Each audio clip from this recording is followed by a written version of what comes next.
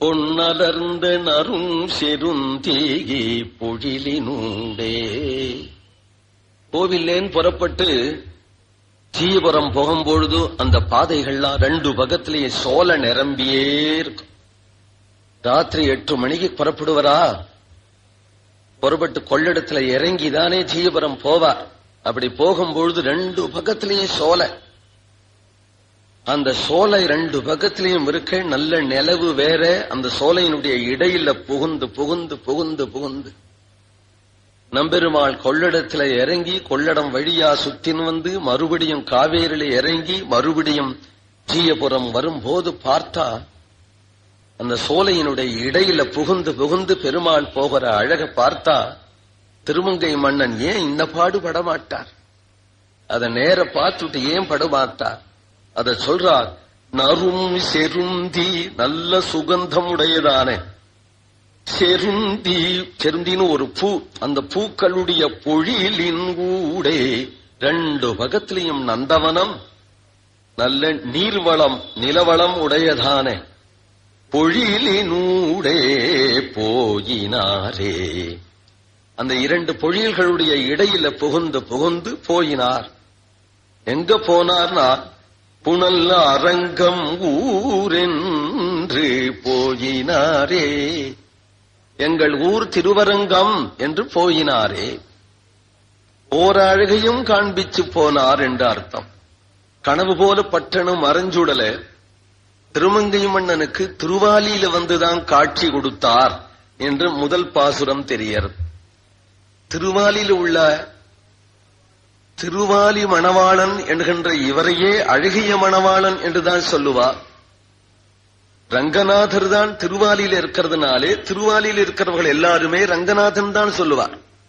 திருவாலி வயலாளனையே ரங்கநாதன் என்றுதான் சொல்லுவார். திருவாலியிலே பரகால நாயகியை ஆட்கொண்டு அப்புறமா அவளிடத்துல விடை பெற்று கொண்டு போனாரே அப்படிங்கிறது திருவாலி திருநகரியிலிருந்து ஆரம்பிச்சு திருவரங்கம் வரையிலும் உள்ளதாகிய காவிரிக்கரை பாதை பூரா வனப்பு மிக்க சோலை முக்க பாதையா இருக்கிறதுனாலே அந்த வழியாக சென்றார் என்று அந்த வழி பூராவும் சொன்னார் என்றும் அர்த்தம்.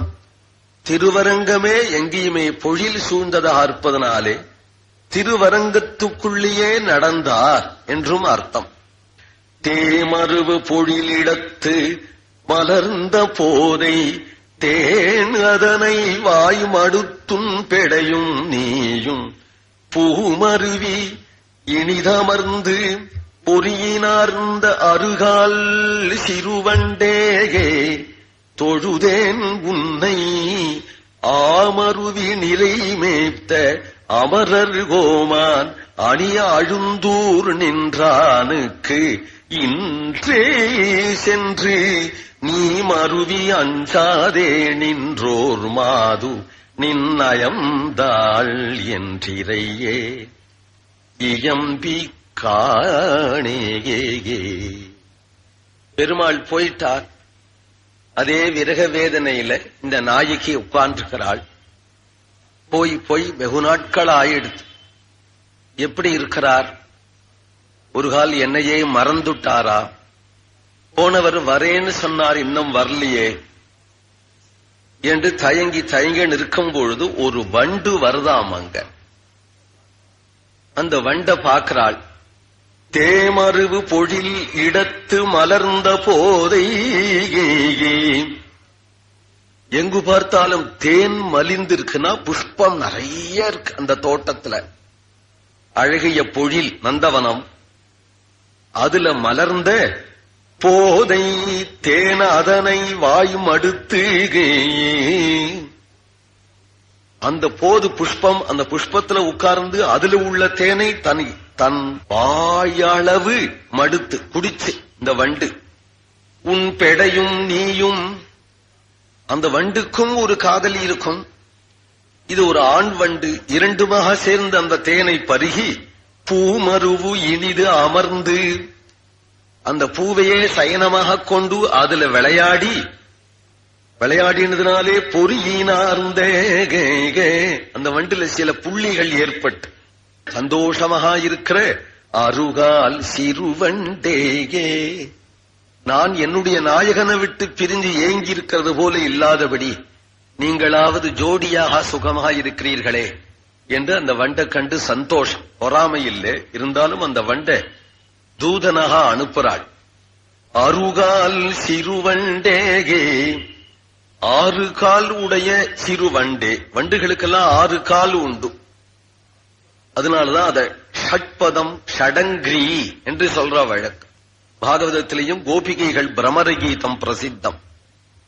கோபிகைகள் கண்ணனை விட்டு பிரிஞ்சு தபிச்சென்றுக்கும் பொழுது ஒரு வண்டு வருது.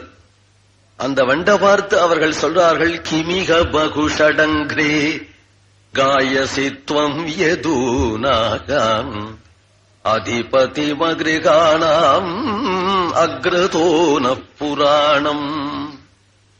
அந்த பிரமர கீதத்திலையும் பிரமரத்தை ஷடங்கிரே அப்படின்னு கூப்பிடுறார். பாகவதத்துல ஆழ்வாரும் அருகால் சிறுவண்டே என்று கூப்பிடுறார். சிறுவண்டேனா இளமை உடைய வண்டு, நல்ல யௌவனம் உடைய வண்டு. கிழ வண்டா இருந்தா கூட பறக்கிறதுக்கு தெம்பு இல்லாம இருக்கும். இது நல்ல யௌவனம் உடைய வண்டா இருக்கிறதுனாலே திருவரங்கத்துக்கோ அல்லது திருவெழுந்தூருக்கோ தூது அனுப்ப போராள். இப்போ திருவரங்கம் புறப்பட்ட பெருமாள் திருவெழுந்தூர்ல போய் தங்கி இருக்கிறதாக கேள்வி. அங்க போய் பார்த்துட்டு வா என்று அனுப்ப போராள். அருகால் சிறுவண்டே, அருகால்னு சொன்னாமானால் அங்க அழகான ஒரு வியாக்கியானம்.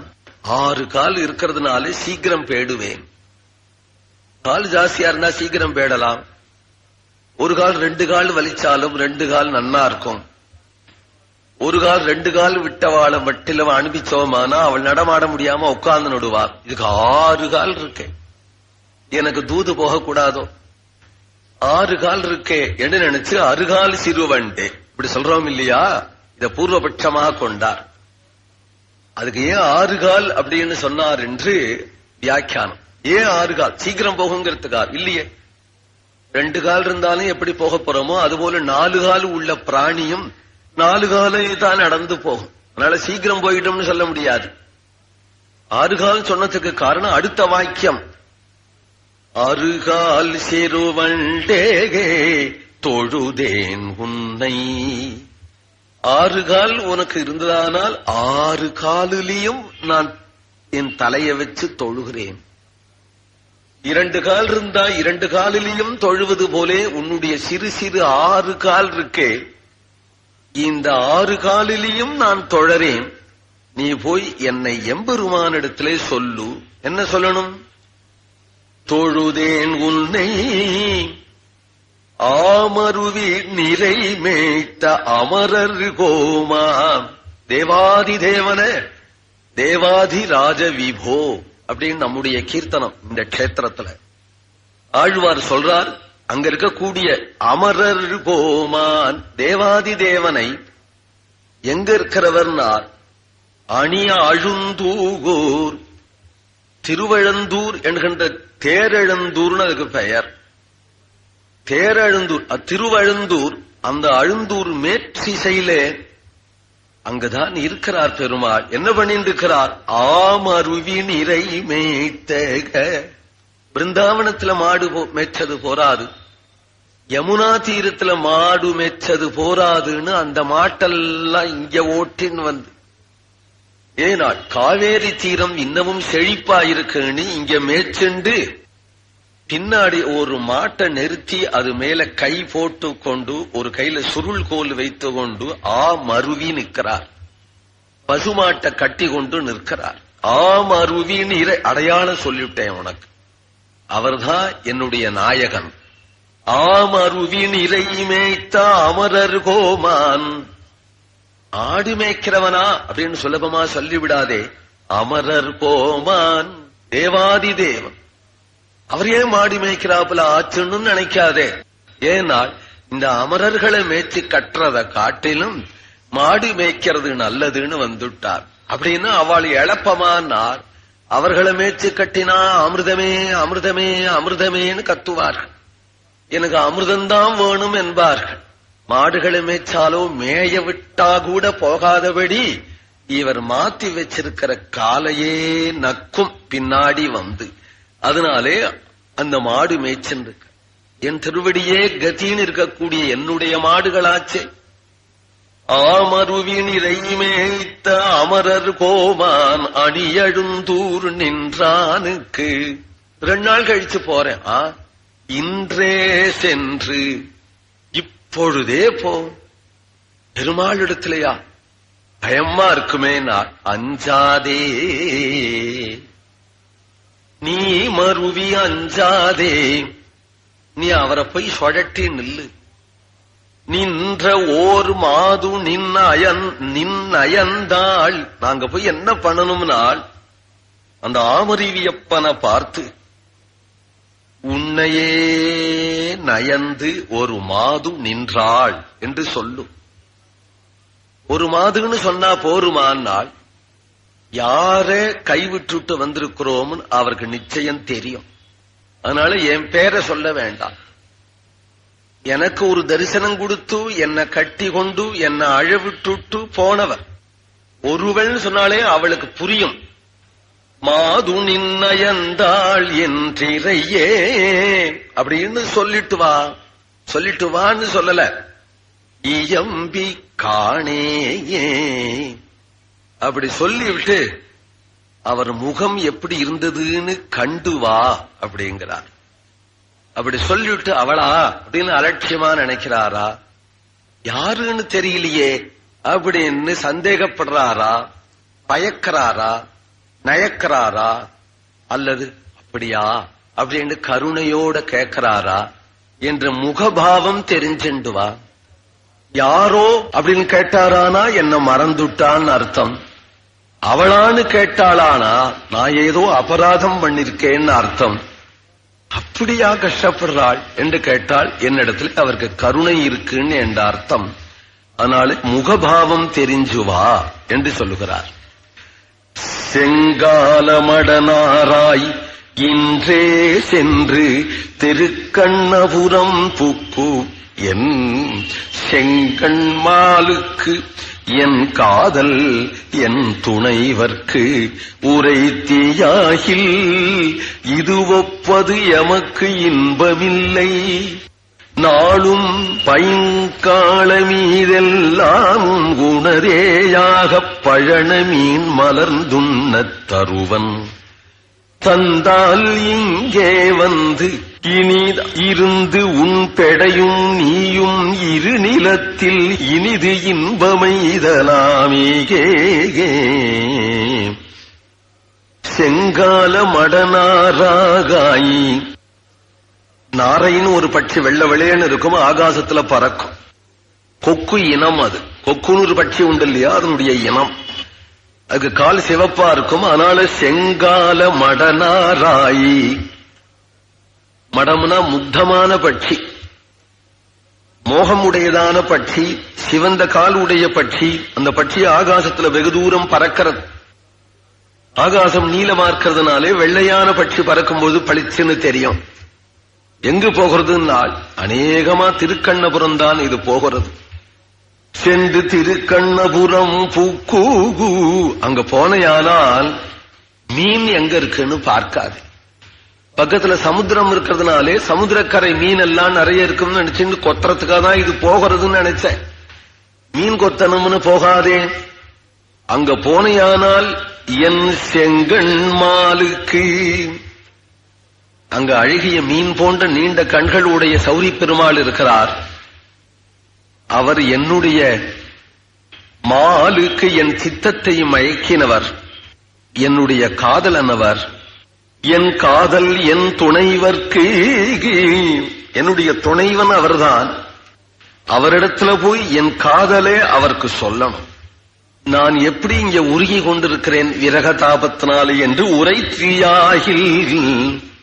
அப்படி நீ போய் சொன்னையானால் எனக்கு அதுக்கு ஒப்பான இன்பம் வேற எதுவும் கிடையாது. எனக்கு செய்யக்கூடிய பெரிய உதவி அதுதான். என்னை பத்தி யார் போய் பெருமாளிடத்துல சொல்லுவாள் என்றுதானே ஏங்கி இருக்கிறேன். இது ஒப்பது எமக்கு இன்பமில்லை. நான் மீன் கொத்த போனேனா பெருமாளை பார்த்துட்டுவான்னு சொல்றேன். எங்க பிரசாதம் கொடுத்தா கூட எனக்கு கொடுக்க மாட்டாளே. நான் எங்க சாப்பிடுறதுன்னு சொல்லிட்டு இங்க வாயேன். நான் இங்க நிக்கிற என்னுடைய தோட்டம் பூரா உனக்குதான். இந்த தோட்டம் கிளர் நிலமா இல்லை, பசுமை மிக்கதான இந்த களம் பைங்கால மீதெல்லாம் உனதேயாகும். இந்த தோட்டம் எல்லாம் உனக்கேதான். இதுல பழன மீன் வந்துண்ணக, இதுல உள்ள ஜலாசயத்திலே துள்ளி விளையாடக்கூடியதான அந்த மீன்களை உனக்கு நான் தருவேன். உன்ன தருவன். உன்னுடைய ஜோடியும் இங்க அழைச்சுன்னு வந்துடும் தந்தால். ஏன்னா எனக்கு பெருமாளுக்கு தூது போனதுனாலே எனக்கு நீ உறவினனா ஆயிட்ட இல்லையா, உனக்கு நான் விருந்து நடத்தணும். ஏன் அப்படின்னால் அவ்வளவு வானரத்தையும் பெருமாள் பிராட்டிக்கு தூது அனுப்பிச்சாரே. கண்டேன் சீதையேன்னு திரும்பி வந்த அவ்வளவு வானரர்களுக்கும் மதுவனத்துல அவர் டின்னர் நடத்தினார் இல்லையா. அதுபோல எனக்கு தூதாக போய் திரும்பி வர உனக்கு ஒரு டின்னர் நான் நடத்தணுமே. என் தோட்டத்துல உள்ள ஜலாசயம், அதுல நிறைய மீன் இருக்கு, அந்த மீனை உனக்கு தருவேன். நீ கொத்தினியானால் சூ அப்படின்னு நான் விரட்டவே மாட்டேன். உன்னுடைய ஜோடியையும் அழைச்சண்டு வா, 2 பேருமாக, அப்புறம் என்னுடைய பந்துக்களாக நீங்கள் ஆயிடுவீர்கள். தந்தால் இங்கே வந்து இனிது இருந்து உன் பெடையும் நீயும். இங்கே வந்து நீயும் உன்னுடைய பெடை பெண் நாரை, நீங்க 2 பேருமாக சேர்ந்து ஒரு இருநிலத்தில் விசாலமான இந்த தோட்டத்திலேயே இன்பம் எய்தலாமே, விளையாடலாமே என்று சொல்லுகிறார். இதெல்லாம் எல்லாமே ஆச்சாரியன் அர்த்தம், அவ்வளவுதான். எப்பொழுதுமே 2 அர்த்தம் உண்டு. இதுல பிறருக்காக சொல்ற அர்த்தம், தனக்காக சொல்லிக்கிற அர்த்தம்னு வியாக்கியானத்துல 2 உண்டு. அருகால் வண்டே அப்படின்னு சொன்னால், அருகால் வண்டு அப்படிங்கிறது வண்டுக்கு 6 கால்னு சொல்லித்து. 6 கால் நடந்துங்கிறது நடத்தேங்கிறது கர்மா, கர்மாங்கிறது ஷட் கர்மா. காலையிலே எழுந்து கொண்டு ஆன்மீகத்துல ஒரு ஸ்ரீ வைஷ்ணவனுக்கு காலையிலேயே எழுந்து கொண்டு ராத்திரி வரையிலும் ஒரு ஆச்சாரியனுக்கு 6 கர்மாக்கள் சொல்லப்படுறது. அதத்தான் இங்க 6 கால் என்று வைக்கிறது. 6 கர்மா அபிகமனம், உபாதானம், இஜ்யை என்று சொல்லும்படியான, அப்புறம் யோகம், 6 கர்மாக்கள் ஒரு நாளைக்கு சொல்லப்படுகிறத இங்கே ஷட் கர்மா என்று சொல்லுகிறது. மற்றொன்று இங்கே நீயும் உன் பெடையும். இந்த வண்டு நீ திருக்கண்ணபுரம் போரே, மீன் பிடிக்க போரே அப்படின்னு சொன்னது பெருமாளை தரிசனம் பண்ணி விட்டு அங்க பிரசாதம் வாங்கிக்கிறது தான். அது யாரு? ஆச்சாரிய லட்சணம். அந்த பிரசாதம் வாங்கிக்கிறத நீ இங்க வந்து இருந்து நீ என்னுடைய விசாலமான தோட்டத்திலேயே திருவாராதனம் பண்ணி கொண்டு இந்த குடியிலேயே ஆச்சாரியனை இருக்கும்படி சொல்றார். என்னை பத்தி சொல்லு பெருமாள் இடத்திலேங்கிறது ஆச்சாரிய லட்சணம். ஆச்சாரியம் தானே பெருமாளை சொல்லணும். நீயும் உன் பெடையும் என்னுடைய வீட்டிலேயே இரு என்று சொன்னால், பகவத் விரகத்தில் இருக்கக்கூடிய எனக்கு ஆச்சாரியனோட இருந்தாலாவது பகவானோட கூட இருக்கிறதாக ஒரு மனோபாவனை, திருப்தி வரும். என்னால் ஆச்சாரியன் எப்பொழுதுமே பெருமாளை பத்தி சொல்லிட்டு இருப்பார். அதனால மனசுக்கு ஒரு சமாதானம் வரும். அப்படிங்கிறதுனால நீயும் உன் பெடையும் அப்படிங்கிறது ஆச்சாரிய பத்னி. ஆச்சாரியனை எப்படி பூஜிக்கணுமோ அப்படி ஆச்சாரிய பத்னியையும் பூஜிக்கணும். அப்படிங்கிறதுனாலே நீங்கள் இருவரும் இவ்விடத்துல வந்து தங்கினீர்களானால் நீங்கள் இது எல்லாம் உங்களுடைய சொத்தாக, நான் இருக்கும் இடமெல்லாம் உங்களுடைய சொத்தாக நீங்கள் இந்த இருநிலத்தை இன்பம் எய்தலாமே. என்ன இன்பம் என்றால், ஒரு சிஷ்யனை காப்பாத்தினோம், ஒரு சிஷ்யனுக்கு காது நிறைய பகவத் விஷயம் சொன்னோம் என்கின்ற ஒரு சந்தோஷம் உங்களுக்கு இருக்கே, அதுவே உங்களுக்கு இன்பம் என்று இதுக்கு தாத்பரியம். தென்னிலங்கை அரண் சிதறியவுணன் மாள சென்றுலகமூன்றினையும் திரிந்தோர் தேரால் மண்ணிலங்கு பாரதத்தை மாளவூர்ந்த வரையுருவின் மாகளிற்றைகி தோழி என்றன் பொன்னிலங்கு முளைக்குவட்டில் பூட்டிக் கொண்டு போகாமை வல்லே நாய் புலவி செய்தி என் நிலங்கமெல்லாம் என்னில் அங்கமெல்லாம் வந்தின்பமைத எப்பொழுதும் நினைந்துருகி இருப்பல் நானே. இது ஒரு அழகான பாசுரம். இந்த பாசுரத்திலே பிரணயகலகம் 12வது அப்பவும் அழுதுன்னு இருப்பேன் என்று சொல்லுகிறார். இப்ப கிடைக்காம அழறேன், எப்படி இருந்தாலும் நான் அழ போறேன். அவர் நிச்சயம் வருவர், என்னை விட்டுட்டா போயிடுவர், நிச்சயம் வருவர், அவர் வருவர், அவர் வருவர், அவர் வருவர் அப்படின்னு எதிர்பார்க்கிறாள். வருவாள் என்று தோழியும் எதிர்பார்க்கிறாள். அவர் வருவர்னு தோழி போயிடுறதானே நாள். இந்த தோழி அவர் வரும் வரை இவளை விட்டு அகலாம இருப்போம் இருக்கிறாளா. அவர் வந்த பிறகு இருக்கிற தோழிய அசடு. அவர் வந்ததும் கிளம்பிவிட வேண்டாமோ இந்த தோழி. இந்த தோழிக்கு என்ன லட்சியம்னா அவர் வருவதே லட்சியம்.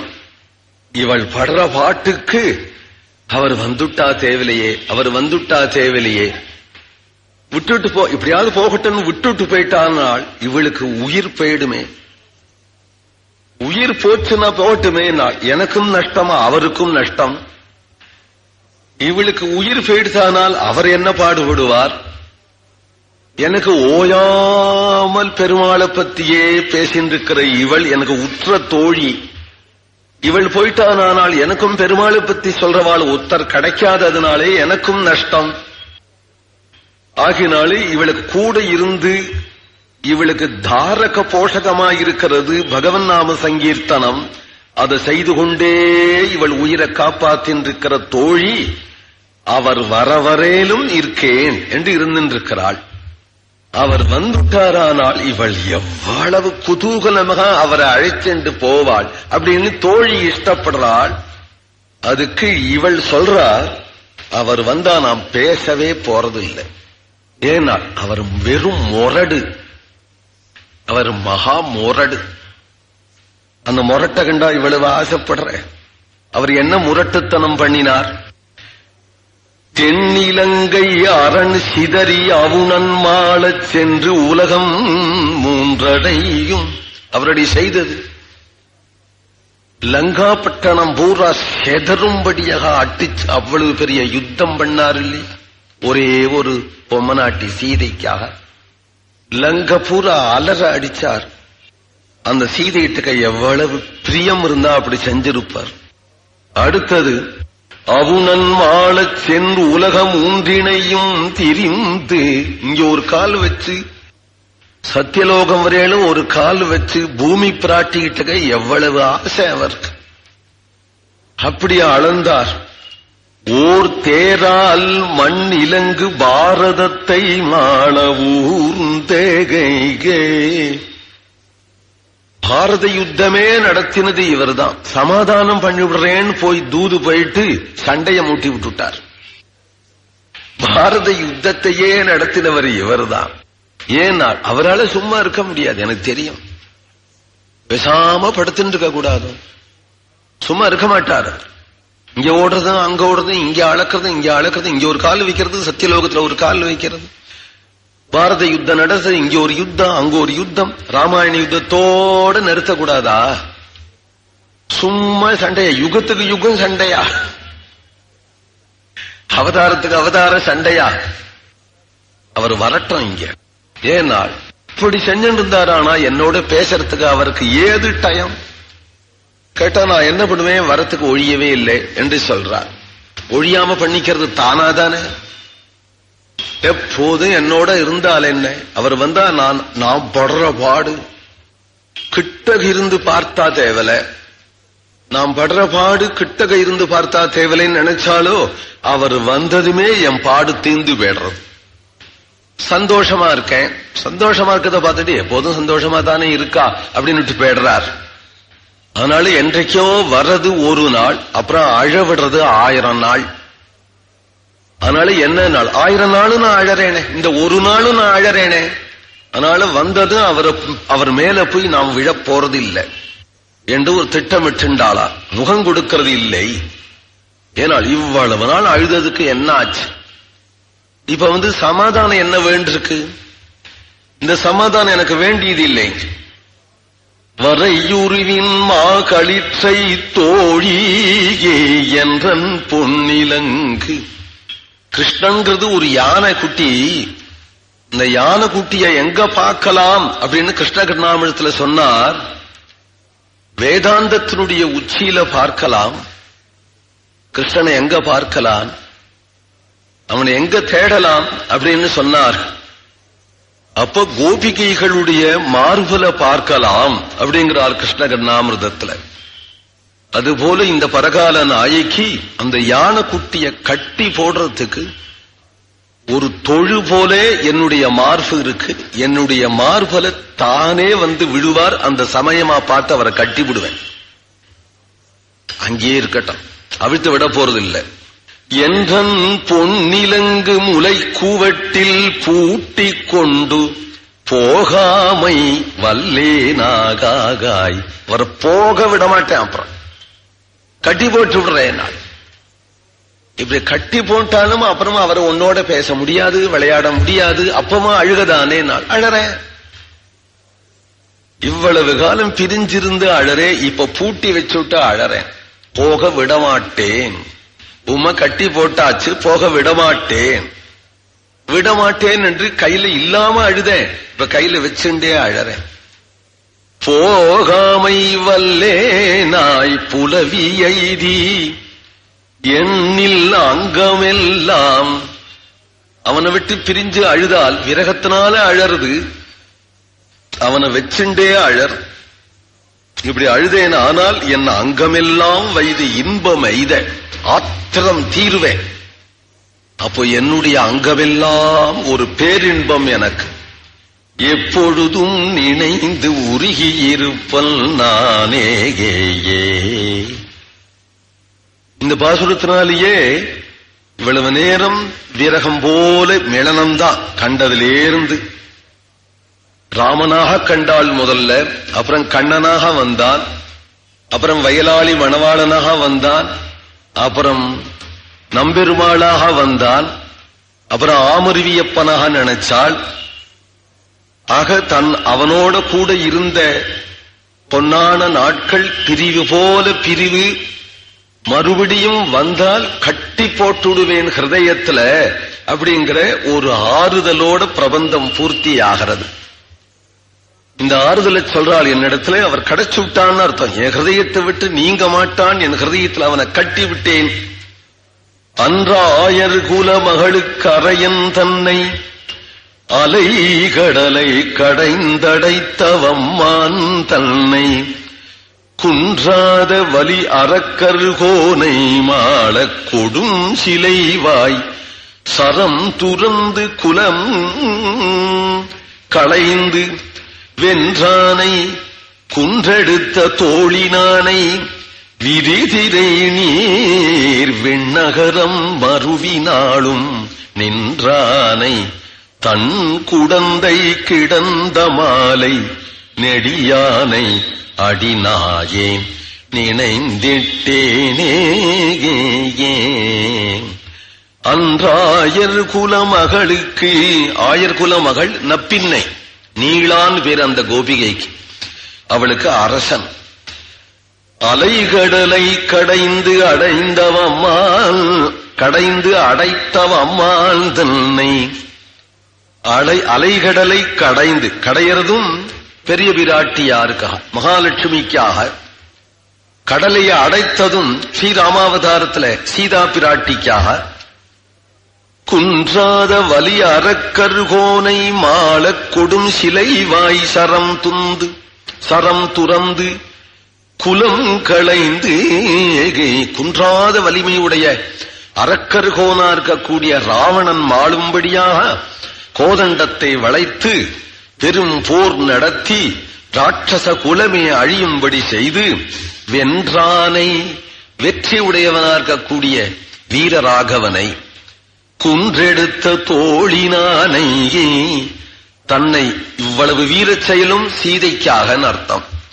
குன்றெடுத்த தோழினானை தன்னோடு விளையாடும் கோபிகைகளுடைய தலையில ஒரு தூற்றல் விழக்கூடாது என்று மலையையே கொடை பிடித்தவனை இப்போ நப்பின்னையினிடத்துல உள்ள ஒரு பரிவு, மகாலட்சுமியினிடத்துல உள்ள ஒரு பரிவு, சீதையினிடத்துல உள்ள ஒரு பரிவு, ஆய்ச்சி கோபிகைகளிடத்துல உள்ள ஒரு பரிவு, கண்ணனுடைய வீரச் செயல் எல்லாம் நாயகியினிடத்துல உள்ள பரிவினாலேயே என்று காண்பிச்சு அத்தகைய நாயகிகளிலே தானும் கிருஷ்ண நாயகியாயிருப்பதாலே விரிதிரை நீர் விண்ணகரம் அருவினாளும் நின்றானை. பரகால நாயகி சொல்றாள், எனக்காகத்தான் திருவிண்ணகரத்துல வந்து நிற்கிறார். திருவிண்ணகரம்ங்கிறது ஒப்பலைப்பன் கோவில். அங்க வந்து ஏன் நிற்கிறார்னால், இப்படி ஒவ்வொரு நாயகிக்கும் பரிந்து பரிந்து அவர்களுக்கு வேண்டிய ரட்சணத்தை செய்தவர். நான் ஒரு நாயகி இருக்கிறேன் என்று நினைச்சு எனக்காக காத்து நிற்கிறார் திருவிண்ணகரத்திலே, எனக்காக படுத்திருக்கிறார் திருக்குடந்தையிலே. மறுவினாளும் நின்றானை தன் குடந்தை கிடந்த மாலை. எப்பேற்பட்ட பரமபுருஷன், ஆனால் எனக்காக காத்திருக்கிறாரே. நெடியானை அடிநாயே, நான் என்ன ஒரு அல்பம், என்னை இப்படி மதிக்கிறாரே, நினைந்திட்டேனே என்று நினைச்சேன். இந்த நினைவிலேயே பேரின்பம் பெற்றேன். திருநெடுந்தாண்டகங்கிறதே ஆச்சரியமான பிரபந்தம். ஒரு பாசுரத்துக்கு ஒரு நாள் தான் உபன்யாசம் பண்ணலாம். அப்பேற்பட்ட ஒரு பாசுரங்கள் ஒவ்வொன்றும் அவ்வளவு ரசமானது. 30வது பாசுரம், கடைசி பாசுரம். மின்னுபாமழை தவழும் மேகவண்ணாகா விண்ணவர்தம் பெருமானேயே அருளாயி என்று அன்னமாய் முனிவரோடு அமரர் ஏத்த அருமறையை வெளிப்படுத்தவம்மான் தன்னை மன்னுமா மணிமாட மங்கை வேந்தன் மானவேற் பரகாலன் கலியன் சொன்ன பன்னிய நூல் தமிழ் மாலை வல்லார் தொல்லை பழவினையை முதலறிய வல்லார் தாமேயே. மின்னுமாமழை தவழும், மின்னிக்கொண்டு பெரிய மழை கொட்டக்கூடிய மேகம் போன்ற வண்ணம் உடையவனே. விண்ணவர்தம் பெருமானே, தேவாதி தேவனே அருளாய் என்று முனிவர்களும் தேவர்களும் துதிக்கும் பொழுது அன்னமாய் ஹம்சபட்சியா ஹிரண்மய சகுனிர் பிரம்மநாமா என்று வேதம் சொல்றது ஹம்சாவதாரத்தை. யார் தெரிஞ்சு கொள்ள முடியும் ஹம்சாவதாரத்தை? நாவேதவின் மனு தேதம் பிருகந்தம் என்று ஹம்சாவதாரம் செய்து வந்து அருமறையை வெளிப்படுத்தவம்மான் தன்னை, வேதத்தினுடைய அர்த்தத்தை சொன்னவனா இருக்கக்கூடிய எம்பெருமானை